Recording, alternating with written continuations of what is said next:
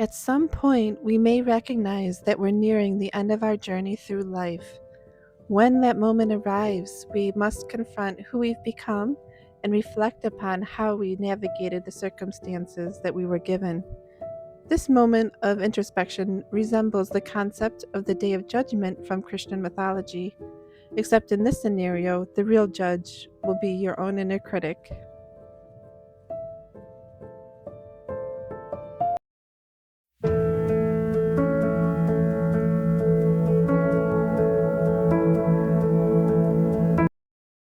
Hi everyone. Today I'd like to share a thought I had soon after I had seen Behind the Curtain of Christianity, and I saw how all the various characters of Christianity really only existed in the minds of believers. Once belief dissipated, all of the power and influence of the characters, such as the devil and the Holy Spirit, just completely evaporated. And what I felt was exactly what you would expect from the natural world. I want to share a thought I had when contemplating the meaning of life and how to embrace death now that the rug had been pulled out from under me regarding all of the religious answers to the meaning of life and death. When I was re-contemplating these big ideas like what is the meaning of life and how can I embrace the idea of death without falling into nihilism, I came to the understanding that there will be no external judge who's been keeping track of everything we've done and will judge us. But there is someone who has witnessed it all. There's someone who has witnessed every thought, every experience, felt every emotion. And that's our subconscious. That's our inner self. And this is consistent with my idea that all of the interactions we felt we were having with the Holy Spirit and with God were really with our own subconscious selves. It was our own wisdom and love that we imparted on. And Christianity hijacks these experiences and puts a label of Jesus on it. But we realize that people all over the world are receiving messages, but they aren't consistent as if they're coming from one single source. And that's because everyone's experiencing interactions with their own inner self, and it's being attributed to Jesus. The real judge on Judgment Day is going to be us, and our happiness depends on how we stack up. So the true Judgment Day will be once you realize that your demise is coming and you begin to have these automatic judgments push out from your subconscious about how well did you handle your life. What kind of impact did you have on people around you? Did you leave the world a better place, or did you detract from it?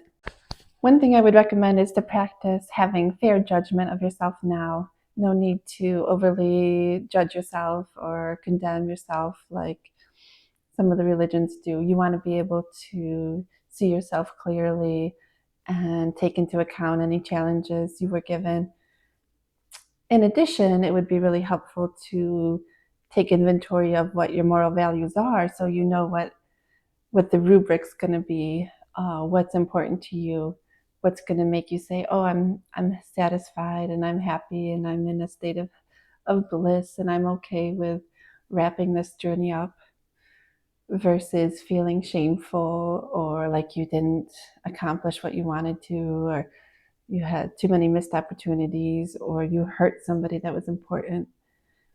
Those can all send you into a state of hell. I do believe the more you live in alignment with your inner core values, the better you will judge yourself and the more satisfied you will be with your life. Hence, the more you will tip towards an experience of heaven rather than a state of hell. And this is what the true judgment is going to be.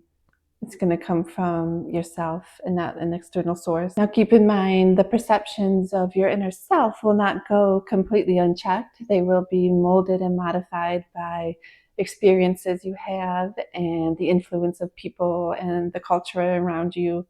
But ultimately, you will get to determine the rubric.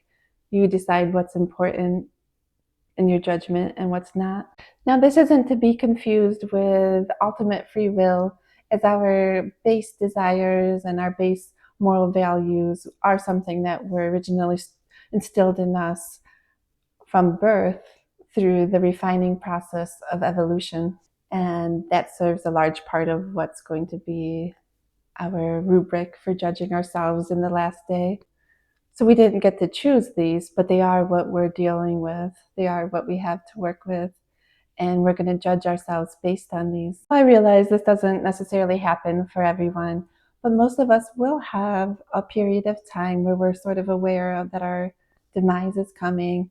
And this is going to be a time when reflection happens and judgments are going off about our lives.